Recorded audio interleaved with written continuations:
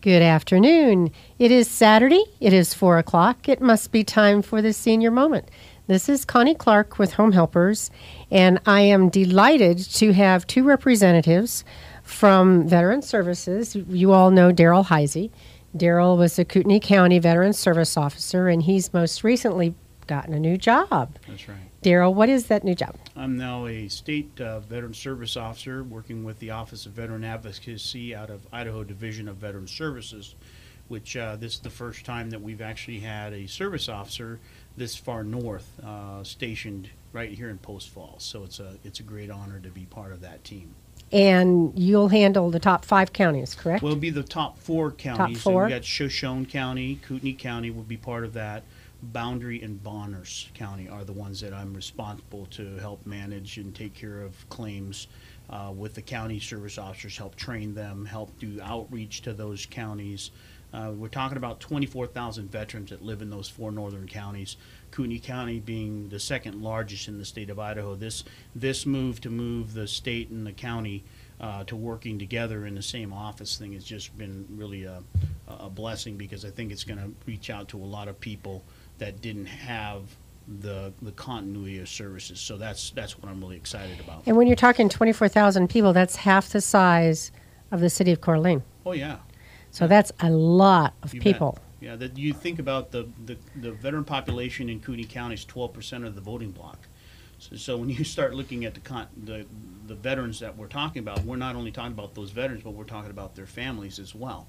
So 12,000 over 14,700 veterans live in Kootenai County alone. So, and then they're spread out throughout the other four counties. So that leaves a hole here in Kootenai County, and we have Scott Thorsness. He is the person, I'm not going to say replacing Darryl, the person taking Darryl's position here. And Scott, welcome. Thank you. You are new but returning to Kootenai County, you said. I am. I'm a native of Coeur d'Alene, born and raised. Which high school? Coeur d'Alene High School. There's only one. I was just checking. I'm just checking. Only one back there. Okay. So I'm still a Viking. Okay. So, sorry, Post Falls. And so you went into the military after high school? I did. Immediately after high school, I entered the Air Force and spent the last 24 years doing calibration, repair, and adjustment of electronics. A lot of you guys out there know techies, know it's PMEL. So it's a great job, but I was really blessed, as Darryl said, to find my services found otherwise in being able to help people, which many years towards the end of my career, being in management or administration, I was able to do that. And it was much more fulfilling to help an individual than to repair a piece of equipment. Yeah, the equipment can't say thank you or anything like that. Right. So we are very, very pleased to have you back here to help all of the veterans. Now, Darryl, you had started saying what this means, and you're getting a new office. Your same location, new. That's right. Whole new staff, right? Yeah, we're the staff right now consists of myself, Charles Nugent, who's the assistant veteran service officer for the Kootenai County Veteran Service Officer, who's Scott Thorsness, and then we're in the process of hiring a new administrative assistant that'll help me on the state side of things. It's basically 2 separate offices. Trying to facilitate assistance to the large group of veterans that we have out of this area, but also it's also a power projection platform for the state to be able to have a more of a consistent connectivity with the veterans that we're servicing in Shoshone County, in Kootenai County, in Bonners County, and Boundary County. And what's nice about that is we don't lose the continuity. I was the Veteran Service Officer for Kootenai County for 8 years. So the move for me to go from the county to the state was one that we took into a lot of prayerful consideration, and it was a family decision. And so when the opportunity arose, I applied for the job.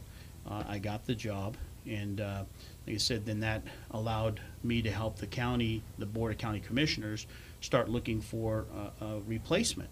And we had 4 people who were very talented, very educated, military veterans, and Scott was one of them, and he rose to the top, and they selected him.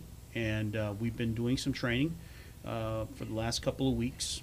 Scott came on board with the county here, so around the 12th, was it the 12th or the 18th? 18 June. The 18th of June, and I went to work for the state on the 10th of June. So there was just like a 1 week. So you had a week difference. of craziness. Yeah, just a week of craziness. and what we're doing in this move, what we're planning on doing, and what we are doing is we're going to a paperless what we call a claims process. So it's not only a new position, but a whole new process going on over there. There's a lot of good changes. It's going to be helpful for our veteran population in those 4 northern counties, and also for the state of Idaho, because the state of Idaho is going strictly to all of the state service officers across Idaho are going to be using a VetraSpec system, which allows us to do online and paperless, literally a paperless claims process. So all we need is a wireless internet and a signature pad and a laptop, and we can do claims. And the process is much faster because it's a matter of they sign it, and we said, compile all these, the form up and the claims and push send, and it's there down in Boise, Idaho, already at the regional office. So you just scan all the medical documents and all of that and make that part of the file that goes off to them. Yeah, because, we over the years, we have probably over 18,000 files that have had to be scanned in, and that's what Charles Nugent and 2 of the temps from the county have been doing. Carol and Stephanie have been helping him, and they got that all done. And so now it's just a matter of us just maintaining where we're at with all the stuff that we continue to scan, and we'll have that documentation for the veteran if he or she needs it in the future, so they can come in with a CD-ROM or whatever, and we can upload their information onto that CD or a little chip or whatever they have, and they can go out the door and they would have the documentation that we've done for them on what we call the paperless setup. So they could scan their documents at home, and they don't even have to worry about the originals leaving them. They could scan them at home and bring them to you. Yeah, and part of it, there's still going to be some mailing as part of the claims process. Some of them maybe the medical documents that are not VA specific. But when you start looking at claims for veterans, there's a wide variety of different claims, and it's just great to have a team that we have right now. I would almost call it a dream team. And like I said, when you start looking at the impact we have on individuals, if we can do our job more proficiently, and we're allowed to be able to do these things easier, it's going to make it's going to shorten our calendar up quite a bit. So right now we might be a 3-week, 4-week out on the calendar. We're going to be shortening that up to maybe a 1-week calendar, so we won't have anything where it's going to be longer than that. So it's going to help with that. What do you think about that, Scott? Well, absolutely. And something I'd like to say immediately is I would like to be thankful to all the vets and everyone that has come into us so far. As many know of coming by the office that's being renovated, they've seen signs that we've been co-located down at Bestland, and Bestland has been superb hosts in all of it. They've even had to deal with some people coming in and helping us out and passing us notes and phone numbers, but it's their patience coming in, and all of them, everyone that's come in has been very understanding, and that just makes everything for Darryl and I a lot easier, because we are outplaced, and we have some computers that help us get some information, but we're still extremely limited in what we can do, and we're having to give them appointments. Some are 2 to 3 weeks out, but we've had no complaints, and we're just really blessed to be dealing and working with people like that. Well, a lot of the facilities here in the area, we are all so focused on veterans issues. That seems to be a theme throughout all the senior care facilities and agencies around here. So that doesn't surprise me for you to say that, because we've all been really working really hard with Darryl trying to get the word out to the people as to all the services that are available to them. Tell us a little bit about your career, Scott. I mean, you said Air Force. Was it all here in northern Idaho? I doubt that. Where have you been? No, I've been pretty lucky, and I got to say blessed to where I've been. I was told it'll never happen, but my very first duty station was in Hickam, Hawaii. So I was stationed in Honolulu. Oh, rough life, rough life. That's one way for somebody to get spoiled. And, yeah, I did want to stay there for a while, but everybody knows people want to stay in Hawaii. So yeah, after 3 years, they shipped me out, and I got another beautiful assignment to Bitburg, Germany, and that's where I met my wife.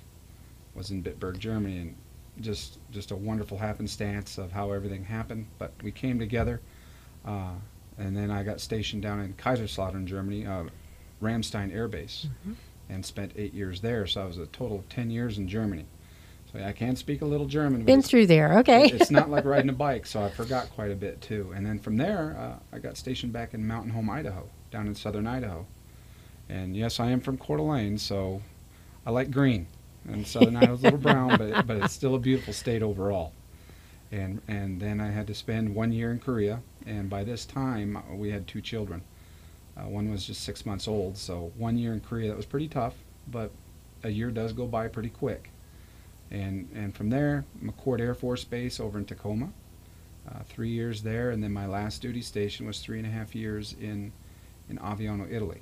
So just beautiful, 45 minutes north of Venice. So it was a nice last duty station, a nice last hurrah, as you could say it. So I've had a lot of great experience, met a lot of great people, found God when I was in the military, fell away from Him, as many of us do, for some years, and then reestablished my faith once again when we came back to Idaho and up to McCord in that transition. So again, it's just nice to be home, nice to be around family, and family just as an immediate family. Just this whole community, I've noticed in many different ways, really pull together, and that's just a positive that's just hard to beat. This is a fantastic community, and like I was saying, I think Darryl has had a lot to do with it, the people that are recognizing issues that veterans are having, because that subject comes up all the time when I'm talking to people about, well, I'm a veteran, what services are available, and I'm always sending them over. You're going to hear lots of people coming over that we're sending over. What kind of training do you need to have to be in this position that you're in now? Well, training, and it's funny you say that because you said I could be replacing Darryl. You can't replace Darryl. You know, you just echoed, because I've heard that from a few people, that Darryl can't be replaced, and being with him for the past couple weeks has totally cemented that idea. He has been a superb mentor, one of the best trainers I've been around, whether in my Air Force career training on equipment or training an individual to do a personalized process. His methods, his patience, most of all, has been outstanding. But with that, it's not just training people how to do forms and fill out forms. I mean, what I have to realize, and anybody in a position such as this, is you're not dealing with paper. You're dealing with people. That's right. You're dealing with people's lives, some extremely intimate. It's nothing we really even discuss while I was in the military, as intimate as we must get with some individuals, but we need that information to be able to help. It's purely about helping. I mean, there is nothing to be nosy, nothing that we hear do we ever take home. It stays in that office. It stays on that piece of paper if we have to put that symptom or diagnosis or whatever we found down. But the paperwork is second. It is a necessity because we're dealing with laws and regulations. But it's the folks coming in that door and dealing with them, and with what Darryl has trained me, I'll use that term, of what we need to be acute to understand, and not just being sympathetic but empathetic in many ways. And I don't want to call it a skill. It's just something that just has to happen. It's human that you need to deal that way. To be come in and treated like a number, that won't happen when you come into our office. From when you walk into the office to that front desk with Charles or whoever the new assistant for Darryl's going to be, that's priority one. Is everybody coming in that door is a heart, and we're going to take care of them. That's fantastic, because a lot of times when you're dealing with veterans and claims, no matter what kind of claim it is, you're dealing with memories, and sometimes Absolutely. Those memories are not the type that people want to have, and you've got to bring those out and get that information. You're absolutely right. We're having to ask people to recall, to the best of their recollection of what may have happened in a certain instance, what have you, and it can be very painful. But we do this for a purpose. we need to. If we're asking for the information, it's something we feel we need to have to be able to progress with being able to help. And one of the things too that's difficult is to get someone to your office, because a lot of times people think, well, I don't want anything, I don't need anything, I've been in the military, I don't deserve anything, or I don't want to have anything to do with the government anymore. So it's really hard to even get them to walk over that threshold Absolutely. into your office. Well, that's where too it's word of mouth is probably the best type of advertising we have, because you have a fellow veteran, he or she may be the conduit that would create the opportunity to actually bring somebody into the office, and keeping in mind too, with Scott and with myself, doing outreach is something that we did at the county level. It's something we do at the state level as well. Primarily, it's at the state level, but we have Thursday afternoons where we'll go out. We'll be in different areas, different counties. Scott will be still kind of running the same kind of calendar that I used to run, where Thursday afternoons he'll be in different facilities, whether it be Best Land or be in a different actual in a veteran's home because they can't get out, they're homebound. Those are things that when you start looking at this process, it is, as Scott said, it's people. And we got to be where those people are at. And you can't just sit in an office and hope and expect everyone would come to you. You have to go to them. And so that's really, really part of what we're talking about. Yeah, you can't sit and watch the phone and wait for it to ring. That's right. We're going to take a break, but we'll be right back. Again, this is Connie Clark with Home Helpers, and we're talking with Darryl and Scott, the Veteran Service Officers. And I don't do anything, because that's where I screwed up last time.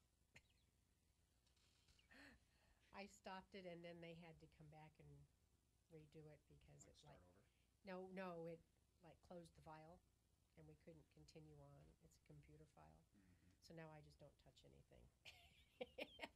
Well, your job is easy. Yeah. Yeah, but it took a couple times of me screwing it up for us to figure that out. So do you have a direction you want to go next? Well, if you want to start looking at, the outreach piece with, what type of benefits, as far as an outreach, what would you talk about at an outreach briefing? Because then we could talk about just the non-service connected, the service connected. We could talk about service connected disabilities, non-service connected pension. We could talk about healthcare benefits. There's education. Just the things that the VA has. We'll we go can right kind of into maybe that. focus a little bit on what those benefits are, and then we can talk a little bit about each one of those. Okay. Remember, I'm still in training, so if you have No, it's specific questions no. about benefits. No, no, the kinds of questions I have from is this symptom something of something else that goes back to something? Well, there again, it's service connection can be recognized by the VA, even if something was never treated in the Right. service. So there's the presumptive conditions. There's the conditions for there's Gulf War veterans who have a presumptive condition. Those who served in Iraq, Kuwait, Saudi Arabia, and there's conditions under presumptions for Agent Orange exposure, like your husband. So And even in Korea. and even in Korea, that's right. I talked to someone yesterday about that. And you when you start looking at non-service connected pension, there's a lot of different routes you can take with that. There's the surviving spouse. There's what we call an improved death pension. Then there's the pension for the veteran and his or her spouse, or herself, if they're 65 or older, but they have to have a wartime period of service. So there's Oh yeah, a there's whole that bunch of piece stuff. to it.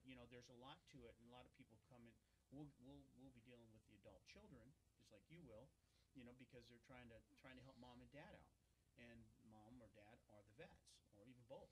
That was In a me lot of yesterday. cases, Yeah. And so a lot of that is just you have a lot of service organizations that are out there. Home Helpers is one of those. So when you start looking at those people, they're knowledgeable, but they're going to use the subject matter experts in a lot of those cases to get the answers. Say, hey, let me give you Darryl's number. Yes. In this case, let me give you Scott's number. And between the two of us in that office, we should be able to get you an answer. Good. And so, I think what it's really going to give us is a little bit more of a power projection platform to be able to help a lot more folks in a more timely manner. I think that's what's been, when you start talking, you're seeing 6,800 veterans in a year just by yourself. You can't do that without a good staff. But that's just one service officer and his assistant. Now there's two service officers And two assistants. and two assistants. And I'm not saying that it's going to bolster Kootenai County's numbers. It will inevitably bolster everybody's numbers. Well, and across you're the getting board. more veterans coming Yeah, home. and that's exactly right. And He's going to be fractioned out between the counties. Yeah. I mean, he's not 100% Kootenai, Right.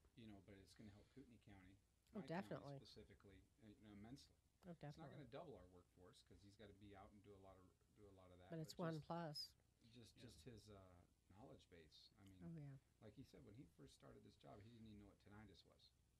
I did. I knew it was ringing, but he didn't even know what tinnitus was. Now, I think I would rather go to him for a diagnosis because he starts spouting these My words. son and with son-in-law 50 both. syllables. Okay, let's start back, okay? Great. And we're back. Welcome back. This is Connie Clark with Home Helpers, and you're on the Senior Moment. And we're talking with Darryl and Scott from Veteran Service Office. And Darryl has his new position for the 4 northern counties, and Scott is the new service officer taking Darryl, I'm not going to say replace, taking Darryl's position for Kootenai County. And Darryl, you were talking about that you and Scott will be doing outreach. What is that? Well, outreach is a term that the VA uses as well, Veterans Affairs. It's also one of the very most important aspects of a veteran service officer's life. Veteran service officers are the folks we call them subject matter experts, and you really aren't a subject matter expert. You just know where to get the answer. You know where to look it up, and that's what makes us dangerous. You see, and but it's helping people at the grassroots of everything, and you have to go where people are at. If they're in a nursing facility, if they're in a hospital bed, if they're under a bridge somewhere living there homeless. Somebody has to go and say hello. Somebody has to go out and say, you know what, somebody cares about you. And that's really where a service officer comes into play. When you talk about outreach, there's a lot of different types of outreach. There's, hey, well, I'm just going to go and I'm going to set up in an assisted living, and I'm going to see anybody that's living in there that's a veteran or surviving spouse of a veteran, because there's veteran benefits that are available to them. Mm-hmm. So that's part of outreach. It's also getting the word out. Talking on the radio is part of that. Also going out and giving briefings about VA benefits to groups of people, whether it's in a senior center or in a nursing facility, in an assisted living, independent living, or with groups of service agencies. So like CareNet and other organizations like that, who are out there in the community, who have services. When we start talking about VA benefits, these are benefits that are earned by the veteran. If he or she passes on, there are benefits that pass on to the spouse in a lot of those cases if there's wartime period of service. So there's a lot of legal information that's needed for a veteran service officer to be successful. But when you start talking about outreach, it's literally moving, and I like to call it a power projection platform because that's something I learned in the Army. We use that all the time. But it really is. We have a lot of power. It's called knowledge. And the more knowledge you can give away, the more you empower people to make the right decisions. So when you start talking about veteran benefits, who's a good advocate, you can come to a good service officer and you will get that advocacy. You'll get that assistance you need all the way through this entire process. And you know as well as I do with your husband who's a veteran as well. We have the stand downs and we have other things for homeless vets throughout the year that go on. But I know that once a veteran really seeks or asks for help, it's almost as if someone comes along both sides of him or her and lifts them up through this entire process, and we walk them through it. And that's what an advocate does. That's what outreach does, because we go to where they're at, and we're in their hospitals, we're in their homes, we're in the nursing facilities. So we're providing information that hopefully somebody, maybe an adult child of a veteran who has a father or a mother who's going into a nursing facility or going into assisted living or something of that nature, or they want to stay independent. So that's Home Helpers and other organizations like yours that are are there to so people enable people to be independent. And so the VA understands that as well, because we want our veterans to be independent as well. We want their family members to be independent, but it requires a lot of money. So a lot of the outreach may be to what we call a non-service connected pension veteran, somebody who served during a wartime period, somebody who's over age 65, and whose income is below the income threshold that's set by law, by Congress every year. And those monetary amounts are pretty small, but there's 3 steps to that claims process for pensions. We have an improved death pension for the surviving spouse of a veteran. And sometimes we may have a surviving spouse who's not on Medicaid, because Medicaid would kind of kick them out of that, being able to get that benefit.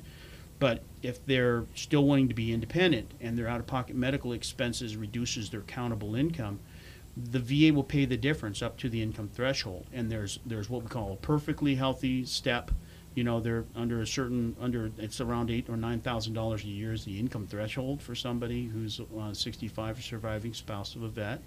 And then there's the next step is housebound, and it goes up around $2,000. And then there's what we call aid and attendance benefit. That housebound status obviously is just what it means. They're not driving anymore, but they're fully capable of taking care of themselves. Maybe just a couple other things might be needed around the house. But when you start talking about somebody who's aid and attendance, you're talking about somebody who's blind, somebody who's got Alzheimer's, dementia diagnosed. Maybe we're having some other problems with ambulating from the wheelchair to a bed to the wheelchair, that kind of thing. And they need somebody to help them with their meds. It's really something that a medical doctor has to diagnose for both the housebound and the aid and attendance.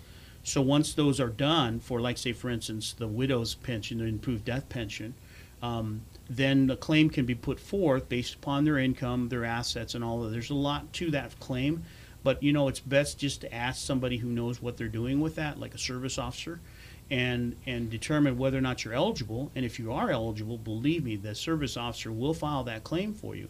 Now, and then there's the pension just for the veteran, which is similar, but it's different from what we call the improved death pension. The pension is for non-service connected disabilities. What we mean by that is the veteran went into the service, he served during a wartime period, just at least one day during a wartime period. He never went to war or anything like that, or he could have gone to war. But in this instance, what we're looking for is 1 day during a wartime period. At least 1 day. At least 1 day, yeah. And so once that's determined, then it's based upon his or her income, and it's based upon his or her out-of-pocket medical expenses for the entire household. And there are different levels for a single vet versus a married vet for the non-service connected pension. Here again, keeping in mind, what do we talk about? When can they apply for that? Well, anyone over age 65 can apply for this benefit if they're a veteran and their income level is below the income threshold. Here again, the steps are the same. Perfectly healthy veteran, it's around $11,000 to $12,000 a year. Then the next step is housebound, jumps up to around $18,000. And then there's aid and attendance, jumps up around $20,000 for a single vet, around $24,000 for a husband and wife, one of those being the veteran of both. So the income levels go up incrementally based upon the need. So it is really a needs-based benefit, and it's one of the most underutilized benefits that the VA has to date. And it's sad that we don't have more people knowing about that. And it's interesting because when I talk to people and they talk about needing care, that's one of the first questions I ask. Were you a veteran? Was your spouse a veteran? That's a great question. And I get a lot, well, no, but I don't want to. What do you mean you don't want to? And I give them the analogy, if you worked for IBM for 30 years, and when you got out of IBM, you got a pension, would you say, oh, no, that's okay. I had 30 years of good work. I don't need a pension. No, you wouldn't say that. You would take that pension. So why wouldn't you take something that you served and deserved, you worked for? I'd like to answer that, and I've already noticed that in my few weeks here, is it's a matter of honor. When you served in the military, you're serving your country. You're not. It's not a job. It's not a job. It's a passion. Actually, when you're in the military, it's considered a profession of arms, and there's a lot of history to that. So we see vets who have been wounded, and we've seen vets who want to deny their Purple Heart and give it to a buddy who was hurt a lot worse. even though they deserve it just as well. It's about compassion for your brother.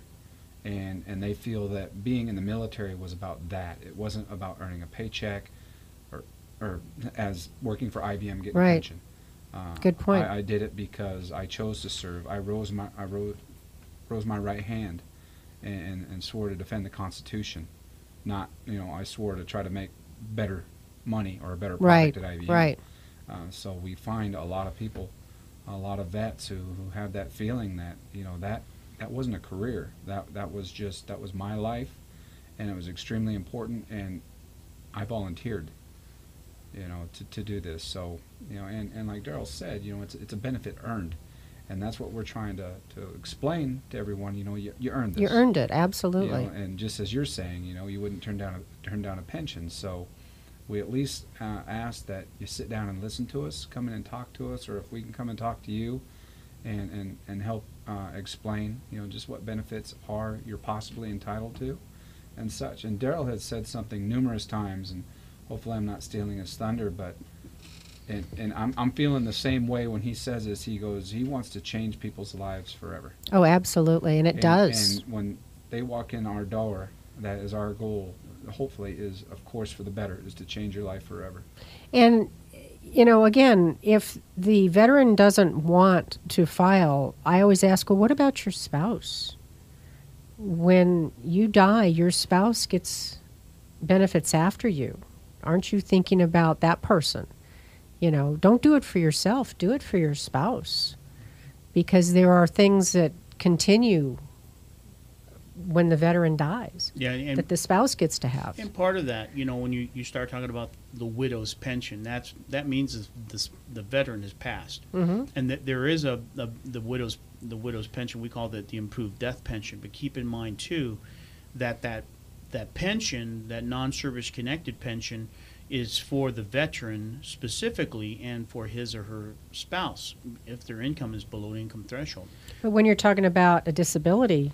Yeah, so it's different because when you get service connected, if a veteran dies because of one of his or her service connected disabilities, we'll use the heart for instance.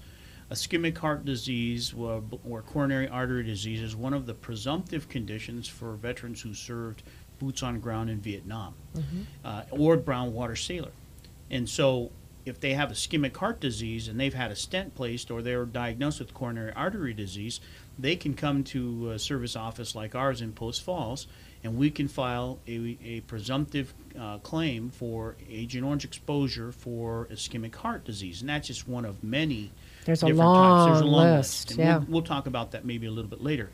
But when we start talking about that particular service connection, and they will all die because our heart stops. I mean, you can get hit by a train, you might have massive head injury, but your heart's going to stop as a result. Mine will. You bet. So as a result of that, there are benefits that go to the family. Whether it's a younger family, maybe they have kids in the house, the wife, the compensation level stops for the veteran because he's passed. But the surviving spouse now is entitled to a dependency indemnity compensation, $1,195 for the rest of her or his life. Educational benefits for him or her.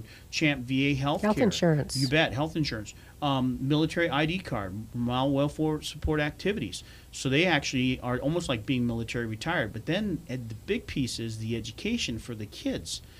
Up until age 26, they can utilize the educational benefits once they get out of high school. So that's another benefit that's part of that DIC, dependency indemnity, if it's a cause of death with service connection. And there are a lot of different legal, things within the law that provide for that particular benefit to be paid out. But there again, the veteran service officer is the one who understands that and knows that. Oh, by the way, there's also a burial benefit of $2,000 to the surviving spouse. A lot of people are saying, well, I was told when I got out of the service, back in the 40s, 50s, 60s, and 70s that, they were going to pay for my burial. No, that's not true. You'll have burial honors if you're entitled to those burial honors and you're eligible for it. We're talking about the flag, the presidential memorial certificate, the marker or a niche for cremation or things of that nature. And of course, you have the taps and you have the rifle team and all of that, and the presentation of a flag to the family. But not everyone receives the burial reimbursement. Burial reimbursement now for plot interment is $700. It used to be $300. Now it's $700. The burial reimbursement for a cause of death, service-connected condition, is $2,000. So there's a big difference. But if you're not using the VA, if you're not part of the VA, if you're not a retired military member, if you haven't used the VA medical system, if you're not in the system, if you're not in the system, you don't have a burial reimbursement. You're entitled to the honors, but they do not have to reimburse you for the burial. So it's important to get in the system. Exactly. We've talked a lot to people about go get yourself in the Spokane the VA health system. That's right. And they can do that at your office They too, can do correct? that, and I'll actually have Scott do that because I've kind of taught him a little bit about the VA medical system. So I'm going to let him talk about that a little bit. Well, go ahead. As a minimum, we have this form. It's called a 1010 Easy, and it's easy because that's exactly what it is. I was going to say easy. Easy. It's kind of like the 1040, but easier. That is as a minimum to get you signed up to be able to be seen at the VA Medical Center. And just like Darryl said, to be able to receive some of these benefits that are automatic, you at least have to be seen by the VA Medical Center. And that doesn't mean you have to change your primary care physician that you've gone to for years and years over to there. That just means you're in the healthcare system. Yeah, it's you only have to see a physician there once. That you can choose to get your medications filled there. It's $9 for a 30-day supply of medication through the VA Medical Center.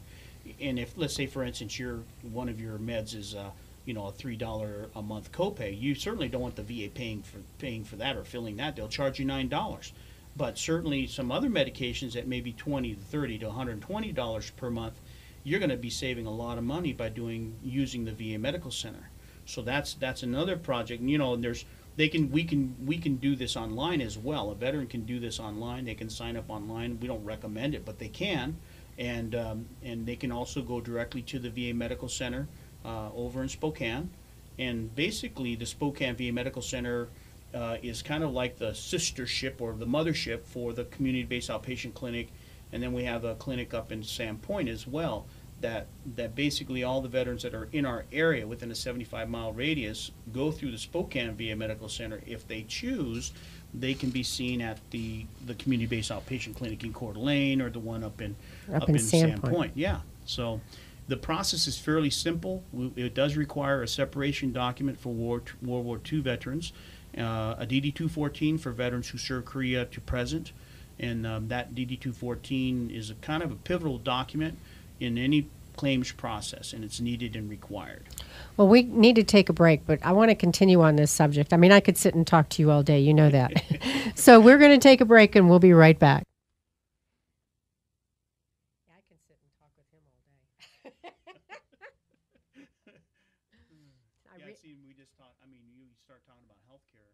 That's another whole aspect. Oh, yeah. Itself, because some of the stories we have, and Scott's already seen some of them. They've come in already, and it kind of positions Scott in a good place because Kootenai County that's a revolving door. I mean, that door is always moving, and as these people come in, his toolbox is just gonna get filled, and what'll be interesting is in 6 to 7 months his knowledge base. He'll still be learning. Like just today, I've learned 3 or 4 new things, right? Working with the computer, but also working with the Veterans Information Management System. Learn something new with that. So there's always something to learn in this process. You're always in a state of perpetual learning. Oh, I agree. It's really important. Because I call and ask you some of the weirdest questions. Yeah, that was one of my things. Ron Carr, who's the veteran service officer up in Bonner County, Sandpoint, he was out of the office. I said, Ron, how long did it take you before you even kind of felt comfortable doing this job? And he goes, Scott, the first 3 months were hell. Just because of the learning curve. Oh, yeah. But once you get that, Darryl has taken a huge chunk of that 3 months off, already because a lot of people were thrown into the position. Mm-hmm. And had to squander. Yeah. You're going to be a VSO. Here's your office. Yep. So. Like my merchant marine weird question. Yeah. If you're a merchant marine, you could qualify. And he mentioned, people doing it online, which we don't mind, but we really much of that stuff can be You handled. miss the advocacy piece when you do it. Well, when you and don't do it that way. We have returns of people who have come in and were trying to do it on their own. they don't know all the different possibilities. I'll say Well, possibilities. they give the wrong information, or they give too much information, and then that bogs the VA down. Yeah. And they go, if you do something and it creates a question for the VA, they can't assume, and they're going to come back and say, "What did you mean here?" Yeah. And it can slow the whole process. Unless you don't have the right words. Yeah, that's right. And it It's the really is words. semantics. It's kind of like Absolutely. try to do a lease contract on your own, having never done one. Needing all that required legalese. Yeah, it's all the right words. I've learned that. Okay, we're going to start back again. And we're back. Again, this is Connie Clark with Home Helpers, and we're on the senior moment. And we're talking to Darryl and Scott about the changes going on over in the Veterans Service Office. And we were talking about some of the benefits, and we started talking about the healthcare things. And one of the things that I called you on several months ago was I had a merchant Marine come to me. And he didn't have a DD-214 because when he got out of the Merchant Marines. But there is an instance if you're in the Merchant Marines that you do qualify.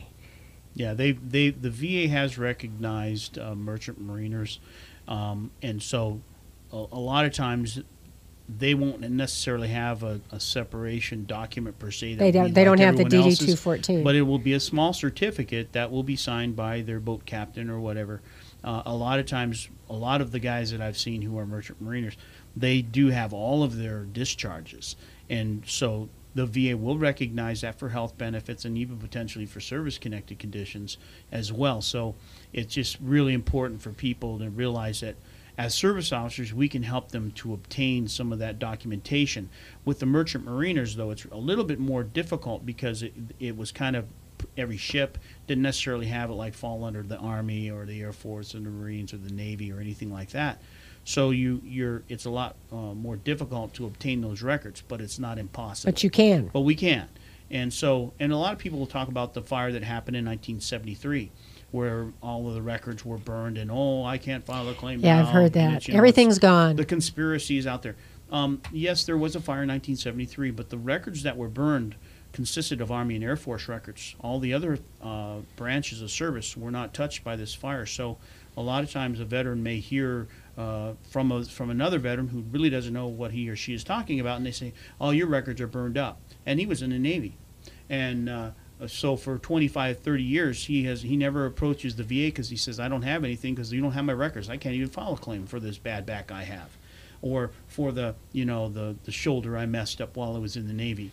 Well, got some news for you. Your records weren't even part of that fire, so you need to file a claim for that. And so that's kind of how, a lot of times when we get a veteran into our office or we're out and about and we're talking with them, we're going to use questions that kind of just drill down and probe to get information so we can help that veteran to the fullest extent that we can.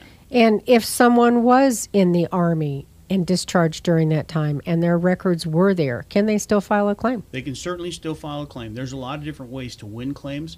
Remembering, and as I've told Scott and another guy that we've been training here at the county down in Benoit, we're talking about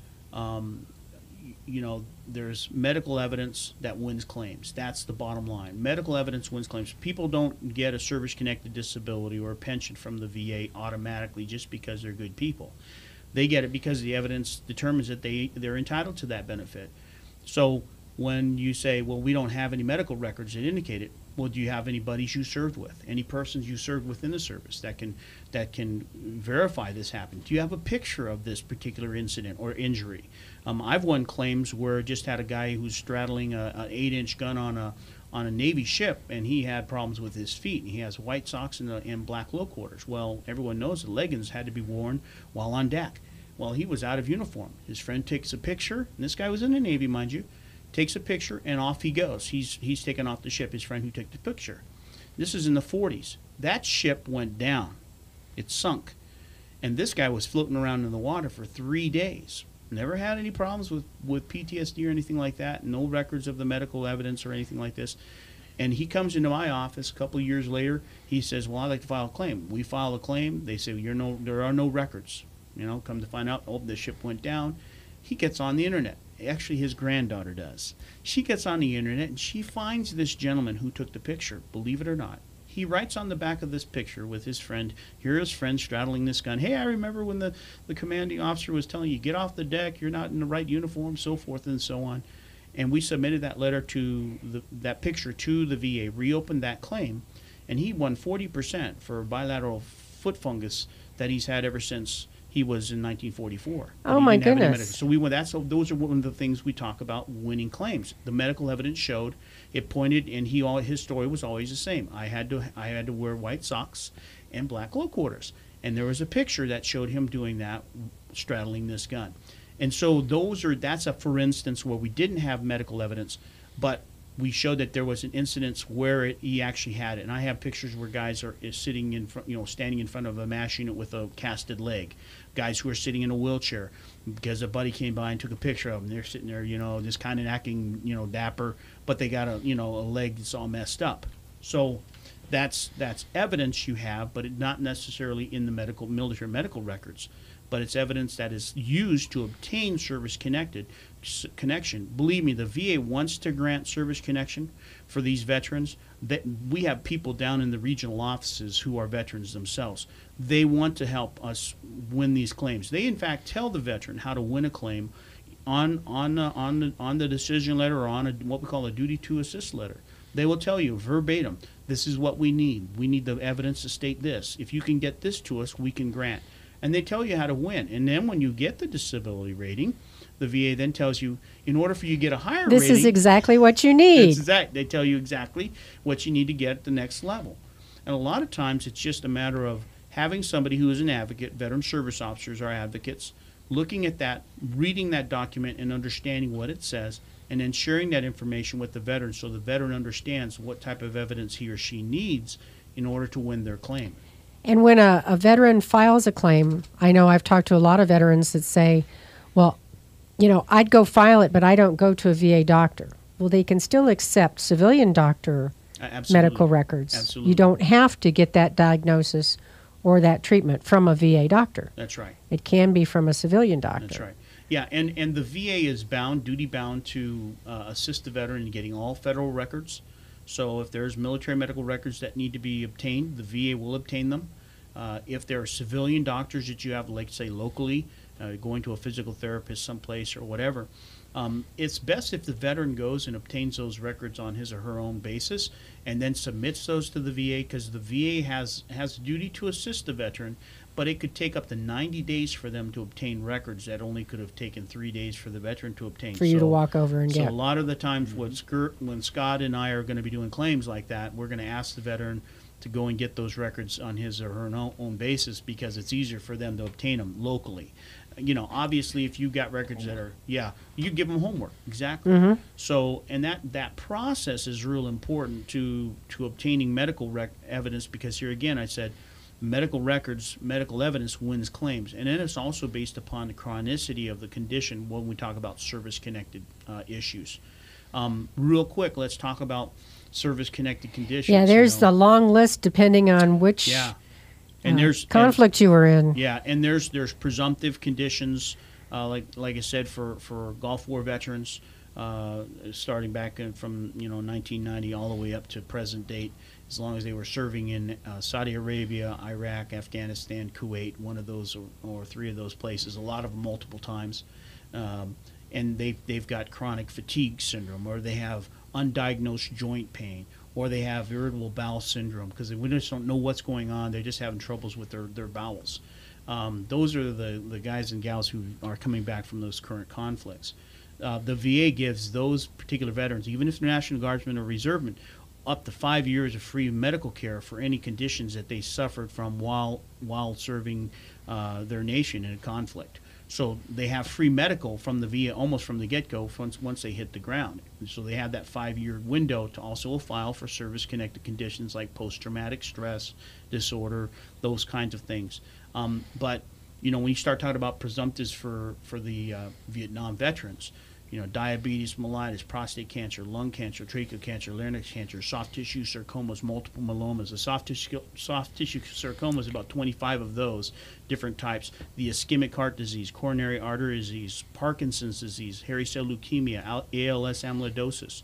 There's a condition called Lou Gehrig's disease. I was hoping you were going to bring that up. Right. Lou Gehrig's disease is one of those conditions, once it's diagnosed, and it takes a long time for us to get there. But once it's diagnosed, it's a death sentence. Within 2 years, that person is usually in the grave.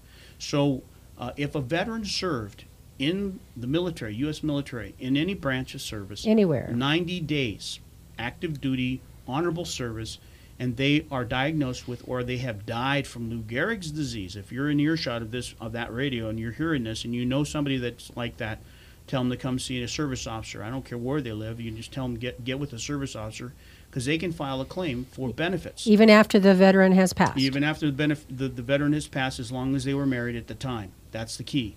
And then there's survivor benefits, like I talked about, dependency indemnity compensation, $1,195 a month, the CHAMP VA health care, the educational benefits. All of those things open up once we have the VA recognize the service-connected cause of death. But that Lou Gehrig's disease, ALS, is one of the biggest ones we've seen, and that's within the last 5 years that they've actually opened that up. In Kootenai County alone, I know that we've filed at least 5 of those claims, and we've won all 5 of those claims. And they did not have to be in combat.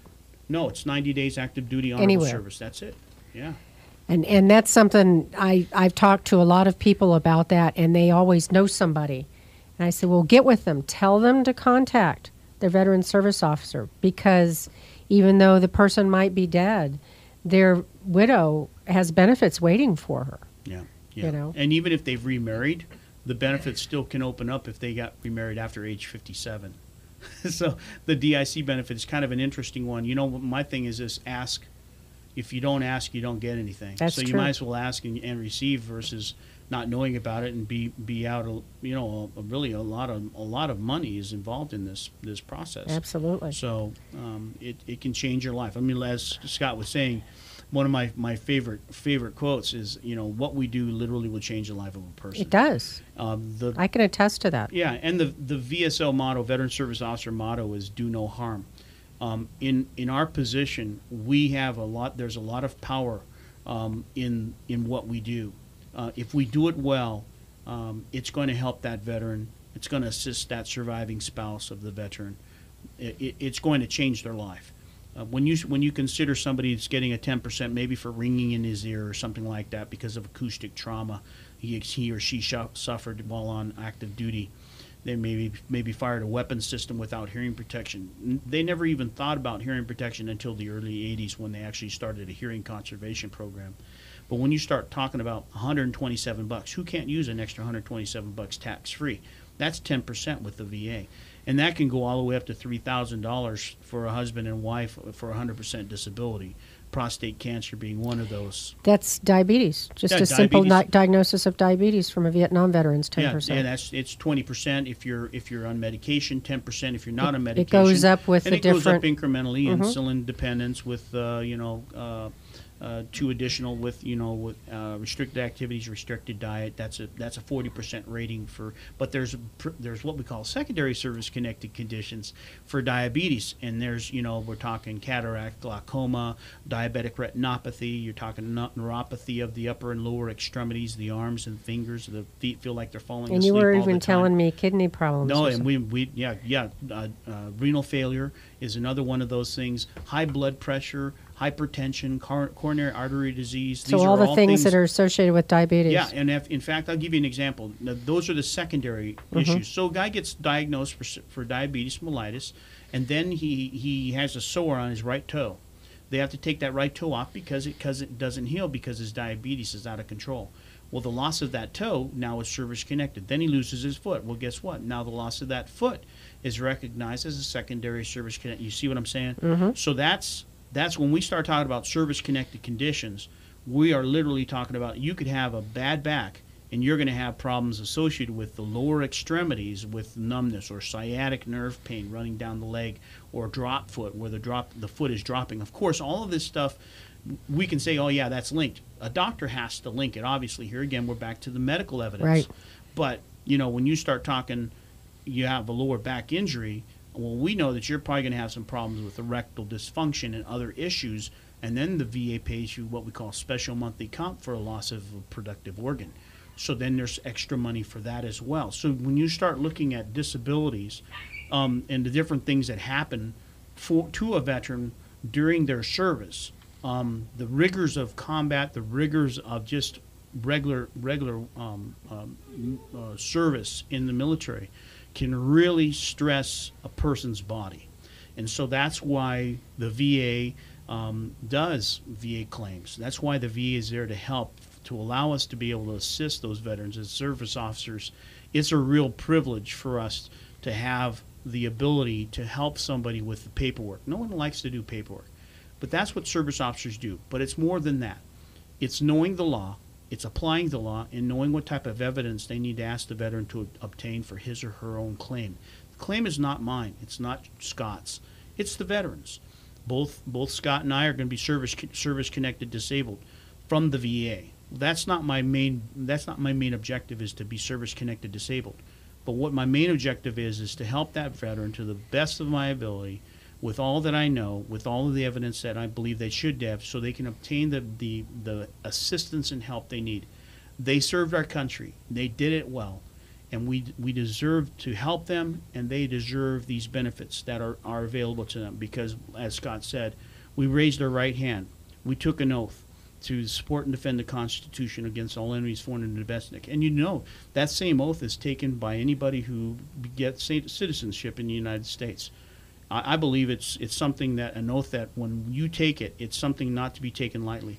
And so when it comes to helping veterans, Scott and I are all about helping vets. Why? Because we're vets. We're veterans helping veterans. You have big shoes to fill, Scott. That's a nice way of putting it. Darryl mentioned too, a few of the things he mentioned have just recently come about in law. Mm-hmm. When it comes to increasing the death benefit from $200 to $700. There's been a lot of major changes. And some of the presumptives. What I'm asking the vets out there is, if they've heard something a few years ago, that they just stop and give up, because whatever they may have isn't covered. The presumptive list is getting bigger. It grows. It grows. Right. And benefits have changed, whether it be income threshold levels, what have you. Anything in your life that's changing, please come in and at least ask. Please ask. Absolutely. Well, tell everybody how they can get in contact with the both of you. I know you're at Bestland right now. Currently, we're at Bestland, and we're there 5 days a week. We do reserve sometimes, and we'll put up signs on an as-needed basis when we're going and doing outreach. So we apologize if you came in and we're not there. Starting 16 July, our doors should be open down on Railroad Avenue, 120 East Railroad Avenue in Pulse Falls. We're co-located with the DMV, the vehicle registration in Pulse Falls. And what's your number over there? Our number is 446-1092. But currently, don't try to call that number because the lines aren't working. They're actually installing new phones with the renovation. You may get a voicemail or a message, but we're unable to answer those phones right now to even get in to answer those calls. So right now, the best contact is at Bestland. So just go over there, physically go. Physically go to Bestland. And if we're not there, like I said, we apologize. We are doing outreach. We have different appointments or other people we have to see. But I must say that the county commissioners, all three of them, and the Building and Grounds Department of Kootenai County has been extremely helpful and fully supportive of getting this building up and running, inviting or co-locating the state with the county representative. That's a fantastic idea. We speak with the commissioners often, and they're full bore ahead to make sure this project is done. Well, I am so pleased to have the two of you here with me this afternoon, and you will be back. Thank you. You will be back. Again, this was Connie Clark with the Senior Moment, and you all have a wonderful remainder of your weekend.